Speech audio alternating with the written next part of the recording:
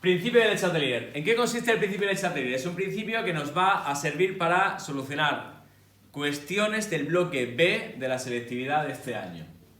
El principio de Le Chatelier dice que cuando se somete un sistema en equilibrio a una modificación de las sustancias reaccionantes, de la presión o de la temperatura, el sistema responderá alcanzando una nueva situación de equilibrio, que contrarrestará parcialmente el efecto de la modificación. Este efecto aparece en biología, en ósmosis, en física, cuando veáis inducciones electromagnéticas, en muchísimos sitios. Ahora nosotros lo vamos a ver en tema químico.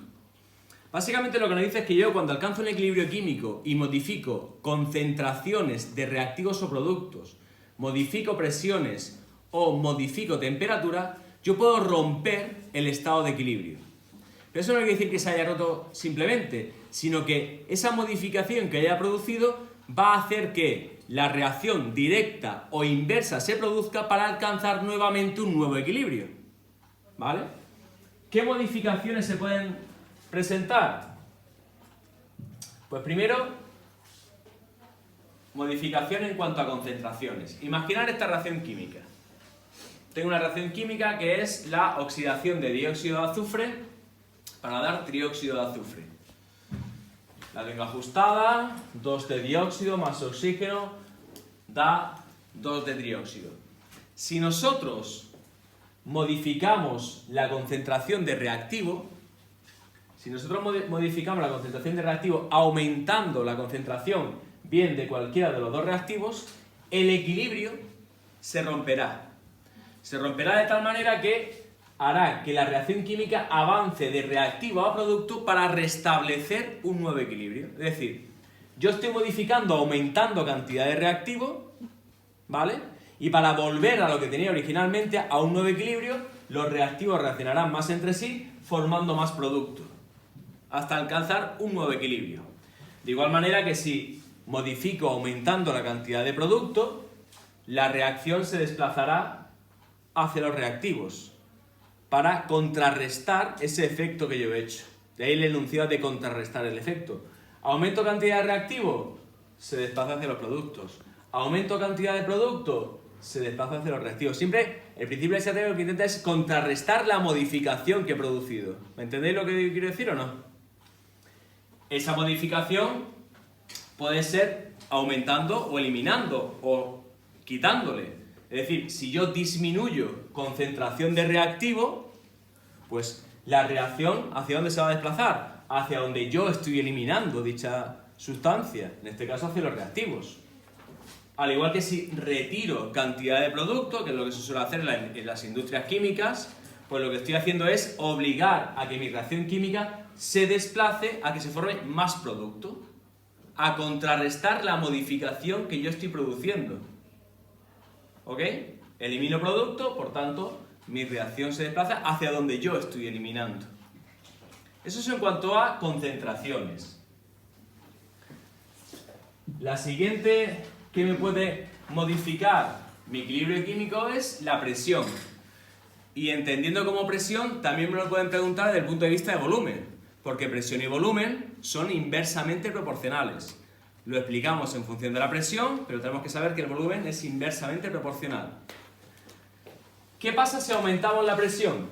Si aumentamos la presión, el equilibrio se desplazará, o la reacción se desplazará hacia donde menor número de moles gaseosos exista.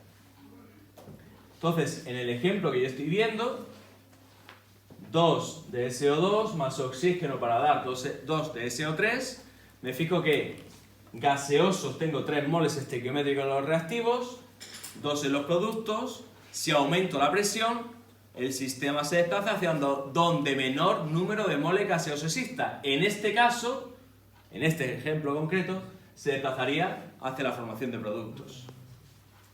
¿Por qué tiene este sentido? Muy sencillo. Si aumento la presión, ¿qué estoy haciendo? Aumentando el número de choques entre las especies reaccionantes. ¿Dónde tengo más especies gaseosas? En reactivos. Más choques habrá entre las especies gaseosas, mayor probabilidad de que los choques sean efectivos y consecuentemente la reacción se desplazará hacia donde menor número de moles gaseosos exista. Eso, obviamente, será cuando aumente la presión o cuando disminuya el volumen, porque es el mismo efecto. Si disminuye la presión, el efecto es el contrario. Si un aumento de presión hace que el equilibrio se desplace hacia donde menor número de moles gaseosos exista, un aumento de presión será todo lo contrario. Una disminución de presión hará que el sistema evolucione hacia donde más moles gaseosos exista. Y una disminución de presión equivale a un aumento de volumen. Cuidadito que esto tiene trampa. Y la trampa muchas veces lo ponen en los exámenes.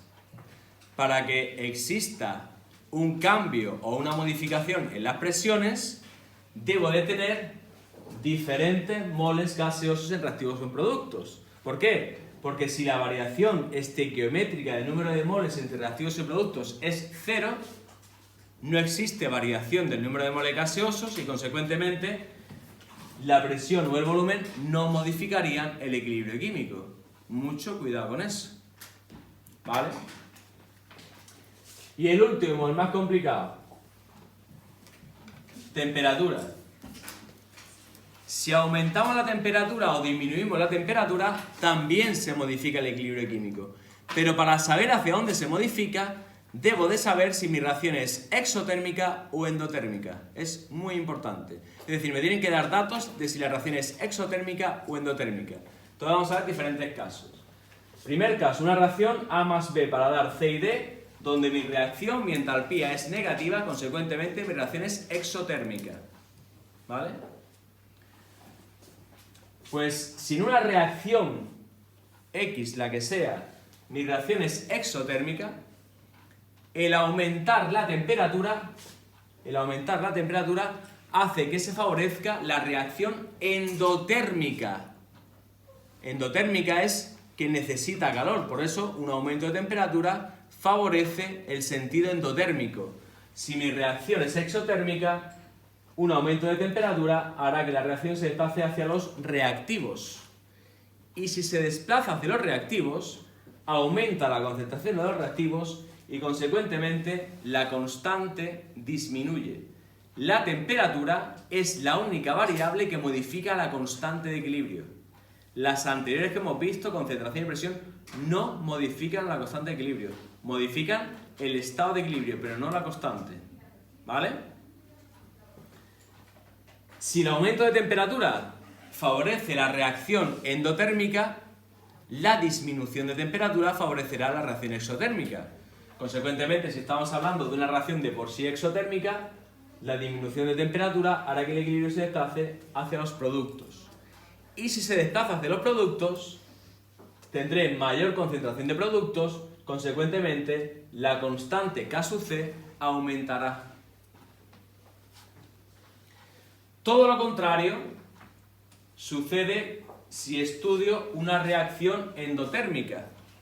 Si tengo una reacción A más B para dar C más D y mi reacción es endotérmica, donde la entalpía es positiva, será todo lo contrario. ¿Por qué? Porque un aumento de la temperatura favorece la reacción endotérmica y, como esta es endotérmica directamente, pues entonces se desplazará hacia los productos y, consecuentemente, existirá un aumento de la constante K sub C.